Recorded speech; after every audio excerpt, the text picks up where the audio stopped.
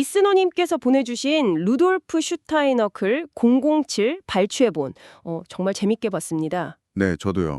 이걸 보면서 독일 신비주의에 대해 다시 한번 생각해보게 되더라고요. 그렇죠. 특히 마이스터 에크하르트나 안겔루스 질레지우스 같은 인물들, 슈타이너 시선으로 보는 이들의 자기인식이라는 개념. 네, 셉스타 에카토니스.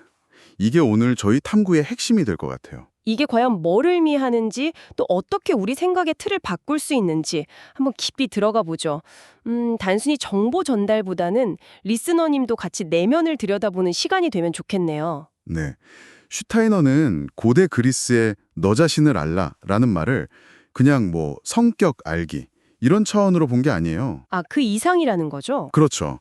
내 안에서 나를 넘어선 무언가 더 큰 걸 밝히는 빛 같다고 봤죠.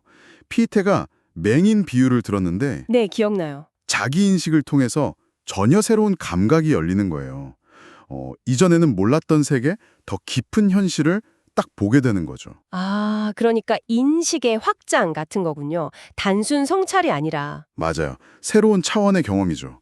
궁극적으로는 스피노자가 말한 영원하고 무한한 신의 본질, 여기에 대한 직관적인 통찰로 이어질 수 있다.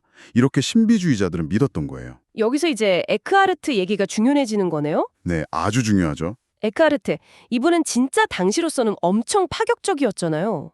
신이 어디 멀리 있는 게 아니라 바로 내 안에서 깨어난다. 맞습니다. 신과 나는 알 안에서 하나이다.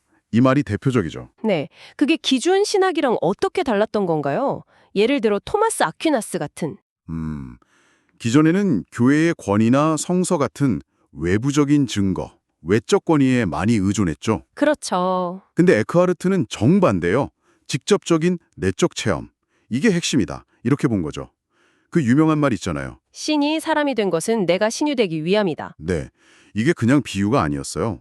어떤 예수라는 역사적 인물, 그 형상에 매달리지 말고 네 안에서 신성을 직접 체험해라 이런 주장이었으니까요. 어찌 보면 상당히 위험할 수도 있었죠. 와, 체험을 그렇게 중시했다면 안다는 것 자체도 좀 다르게 봤겠네요. 쿠자누스, 니콜라우스 폰 쿠엔 씨는 어땠나요? 네, 스콜라 철학에서는 안다는 게 보통 외부 세계의 정보를 내 안의 이미지로 만드는 거였어요. 그러니까 나와 대상이 분리된 거죠. 그렇죠. 근데 신비주의적 알은 달라요. 특히 자기 인식의 정점에서는 주체와 객체가 하나가 되는 합의를 추구하거든요. 쿠에스의 학식 있는 무지, 낙타 이그노란치아. 이게 딱 그걸 보여줘요. 학식 있는 무지요? 그게 무슨 뜻이죠? 우리가 아는 개념, 언어, 이런 걸 넘어선 알미예요. 오히려 비지식, 니트비센 상태로 돌아간다. 근데 이게 지식이 없다는 게 아니라 아, 개념으로 쪼개지기 이전에 근원적인 알, 직관적인 알을 말하는 거죠. 뭐랄까, 음악을 악보로 아는 게 아니라 그냥 느끼는 것처럼요. 아하, 그렇군요. 개별적인 나라는 생각 자체를 넘어서는 경험이네요, 그럼. 앙겔루스 질레시우스의 시들이 딱 떠오르는데요. 네, 맞아요. 내가 없으면 신도 한순간 살 수 없다거나 하늘은 네 안에 있다. 다른 곳에서 찾으면 영혼이 놓칠 것이다. 이런 구절들. 강렬하죠. 그야말로 개별 자아, 이해의 껍질을 깨고 보편적인 자, 올리, 혹은 신과 하나 되는 경지를 노래한 거예요. 괴테의 죽고 생성하라. 이것과도 통하는 면이 있죠. 죽고 생성하라. 질레지우스는 시간과 공간까지 넘어서라고 해요. 내 정신을 장소와 시간 너머로 날리면 너는 매 순간 영원에 있을 수 있다. 일상적인 시공간 일식을 초월하라는 거죠. 이런 내면 탐구가 그럼 자연을 보는 관점에도 영향을 줬을까요? 파라켈수스 얘기가 나오던데요.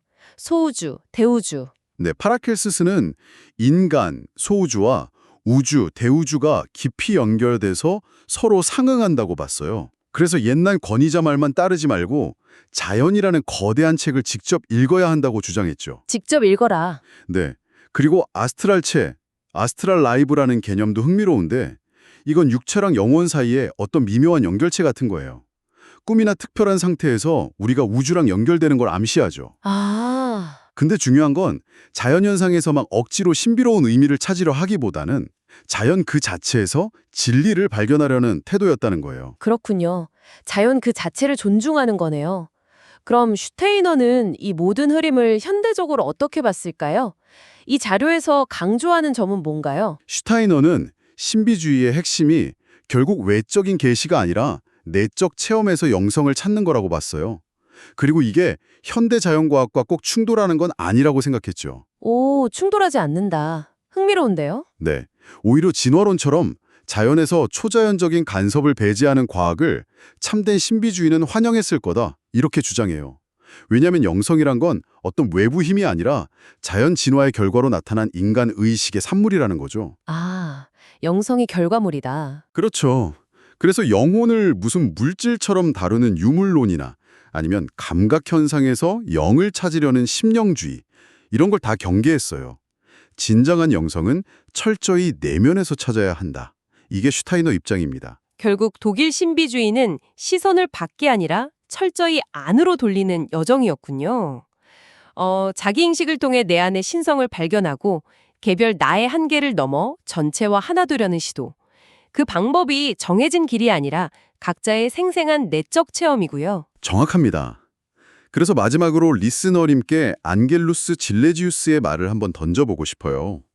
친구여, 이것으로 충분하다. 더 읽고 싶다면 가서 스스로 경전이 되고 스스로 본질이 되어라. 스스로 경전이 되고 본질이 되어라. 와. 네, 요즘 정보가 정말 넘쳐나잖아요. 근데 단순히 지식으로 뭔가를 아는 것과 스스로 그 본질이 되는 것, 이 사이에는 어떤 차이가 있을까요?